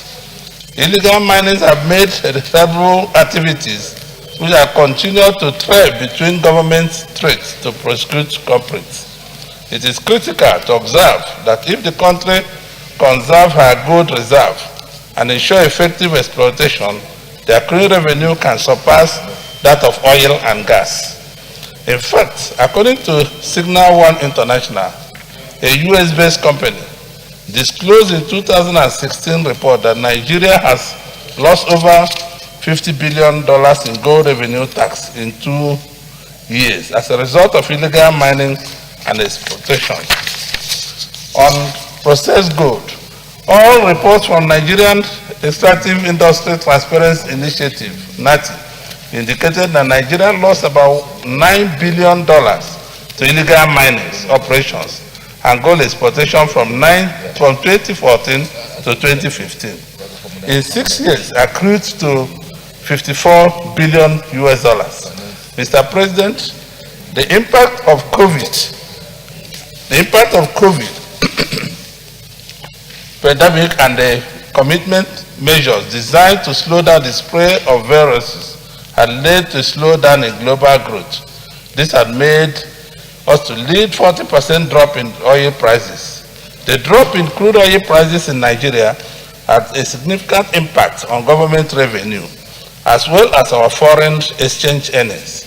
Mr. President, distinguished colleagues, we must intensify further efforts to combat illegal mining and set up all revenue leakages from such clandestine activities and raise to the occasion of this well. I ask Mr. President to direct the federal government to close the leakages and commit this document to Committee on Mining and Minerals to look into and come back to the Senate in 4 weeks. Thank you, Mr. President, for the opportunity. Thank you very much. Senator Smart Adeyemi. Mr. President, I rise to support this motion. I rise to support this motion based on the presentation made before us this afternoon by distinguished Senator Orji Uzokalo. Mr. President, I think we are all very much aware of the problems ahead of our nation when you look at the world global economy. Today, nations of the world, developed nations, are contemplating on how to reduce to the barest minimum the use of gas and petrol, fuel, emanating from our crude oil. In essence, in years to come, many nations that depended more on crude oil to run their machine and the economy, and now looking at alternative sources, renewable energy to run their machines and the economy activities. In essence, oil producing nations of the world must start looking at what next can we put in place to bridge the gap. Some of the challenge before this present administration today is the poor revenue base of the nation emanating from countries no longer buying our crude oil. Today, Nigeria is finding it difficult to sell even the ones that were produced. The superpower nations are no longer buying the crude oil. So I think more than any period in history, this is the time for us to start thinking about other sources that will earn our nation foreign exchange. And our nation is a blessed country. There's hardly any nation, there's hardly any state in this country today that is not endowed, that is not given with one source of resource or the other. We must start thinking of how we can harness these God-given potentials, mineral resources that will help us to improve our nation. Mr. President, until of recent, there's a total misconception in Nigeria that some states are just states contributing nothing. Unknowing to some states, some people in this country, there are some states that we think do not have anything are endowed. Nobody ever knew that we have gold in commercial quantity in Zamfara, for instance. Zamfara is an example of potentials, hidden potentials of our nation. If you look at the gold product coming out from Zamfara, you will be amazed that this is a state that some people think they have nothing to offer. So we must start looking at solid minerals scattered all over our country, Mr. President. As of yesterday, Mr. President, and I stand here in my honor, as of yesterday, there were news coming to me from Kogi State of new gold fields discovered in my state. If you travel from Kogi to Abuja late night, you will see trailers. The people you see inside these trailers are foreigners. These are people who are engaged in illegal mining. Now, Mr. President, I think we should call the attention of the executive that there are certain aspects of this nation that we must take with all the seriousness that it deserves. I want to thank distinguished Senator Uzo for bringing this motion. It is not just for us to talk here, Mr. President. I think we must engage the executive. If there's one sector today that deserves serious attention, it's the solid minerals of our nation. I come from Kogi State. There's hardly any part of Kogi State that is not endowed with ethnic, uncountable sources of mineral resources. Iron and steel complex Ajakuta, apart from iron, steel that could easily be derived from iron ore, cement is available there. Nobody is talking about these things. These are things that we should start thinking about so that we can improve our foreign exchange earning.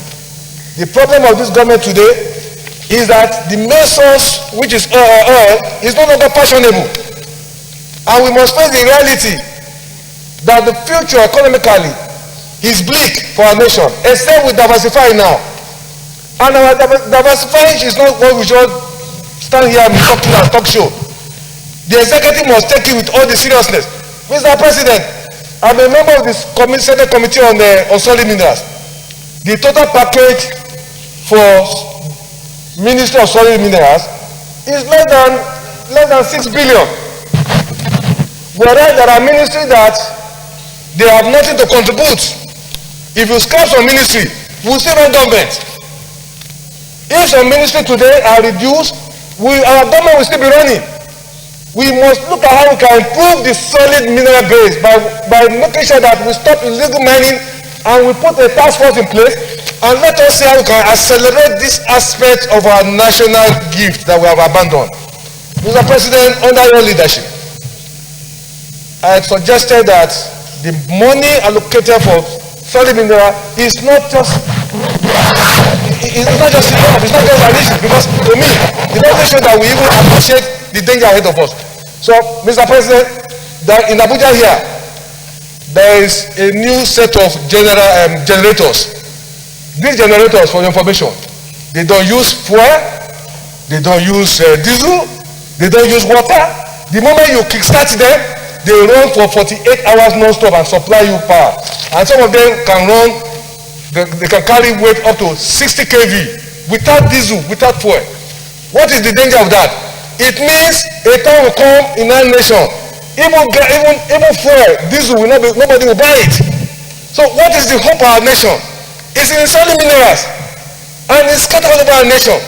So I will submit, sir, that while tackling the problem of illegal mining, our government, I'm sure more than any government before, when oil was selling at $150, $140, today, we should not anticipate that oil will rise, except there's a miracle, the hand of God. But from all the analysis globally we have seen, oil is not going to be any major source of revenue for any nation. So solid mineral is God-given. What we have seen in Zamfara, and I've been told that the gold belt spread from Zamfara up to Osun State, we are not tapping them. In fact, in Osun, you have a population of foreigners. You see them in the afternoon, at night you don't see them. What do? They go into illegal mining, and they compromise our security men. So I think we owe this nation a duty to rise and shout and call the attention of the executive to those things that will save our nation. We have a large army of unemployed youth today. These youth can be catered for if the resources are there. So I will plead, sir, we should not just discuss the issue of illegal mining. We should look at how we can improve the solid minerals base, the Ministry of Solid Minerals. They must be empowered so that they can spread more and harness and exploit those God-given mineral resources for our nation. I just submit, Mr. President. Thank you very much. The Deputy Senate Leader, please. Thank you, Mr. President. I'm going to be brief because of the time of our disposal. Mr. President and my distinguished colleagues, I was shocked when I heard that the gold reserve we have in Nigeria is more than that of South Africa. And we know that South Africa, the economy depends heavily on gold mine. And therefore, I commend my colleague for bringing up this issue. We should not limit this to gold alone. All our solid mineral resources, we need to go into them, come up with a comprehensive way of exploiting them. In fact, I'm suggesting that there should be a summit to look into this problem of solid minerals. Country without solid mineral into our solid mineral resources. Thank you. Bakar Yusuf, I represent Tarabas. Our effort, we have instances where illegal mining, has come up, and I commend, mining activities and seal up all revenue. If you seal it up, then that means that through establishment, you can go further to say there must be an The ayes have it. This matter and report back to the Senate in 6 minutes. On the order paper, today's question, I have an announcement. 2, Senator Issa Jib. 6, Senator, and I put the question on the agenda.